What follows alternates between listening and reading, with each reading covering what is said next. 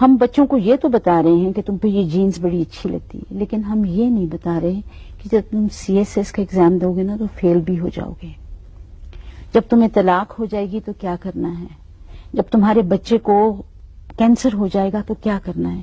وہ جو اندر کی مضبوطی کلچر عطا کرتا تھا یا مذہب عطا کرتا تھا، اندر کا جو کلچر ہوتا ہے وہ مذہب پہ بیٹھا ہوا ہوتا ہے۔ جی جب اندر سے مذہب کم ہونے لگتا ہے تو جو درخت کا سیپ ہے نا جی، وہ پتلا ہو جاتا ہے، وہ مدد نہیں کرتا درخت کی۔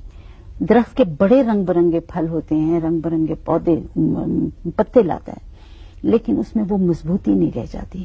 تو آج کے کلچر میں یہ چیز ہو گئی ہے کہ ہم نے بچوں کو کچھ نہیں بتایا کہ آپ کو کمپٹیشن پڑے گی زندگی میں، اس کے لیے کیا کرنا ہے۔ جب 400 خوبصورت لڑکیاں ہوں تو ایک لڑکی کے ساتھ کیسے اکتفا کرنا ہے، جب تمہاری نوکری چھوٹ جائے تو تم نے کس کی طرف دیکھنا ہے، جب ایکسیڈنٹس ہوں، جب اتنی کاریں چلیں گی تو ایکسیڈنٹس ہوں گے، تو جب ٹانگ ٹوٹ جائے تو کیا کرنا ہے۔ وہ مقامات کلچر کا اندر کا روحی حصہ بتایا کرتا تھا۔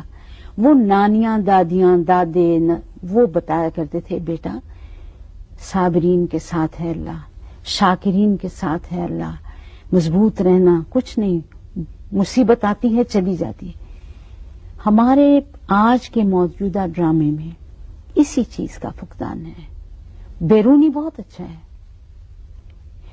جو بیرونی کلچر ہے اسی کی عکاسی ہو رہی ہے، جو کچھ آپ دن میں دیکھتے ہیں وہی ڈراموں میں آ رہا ہے، لیکن ان مصیبتوں سے، ان ناہمواریوں سے ہم نے کیسے ڈیل کرنا ہے، کس ہتھیار کے ساتھ ڈیل کرنا ہے، یعنی درختوں کے اندر چلنے والا جو پانی ہے وہ خشک ہو گیا ہے۔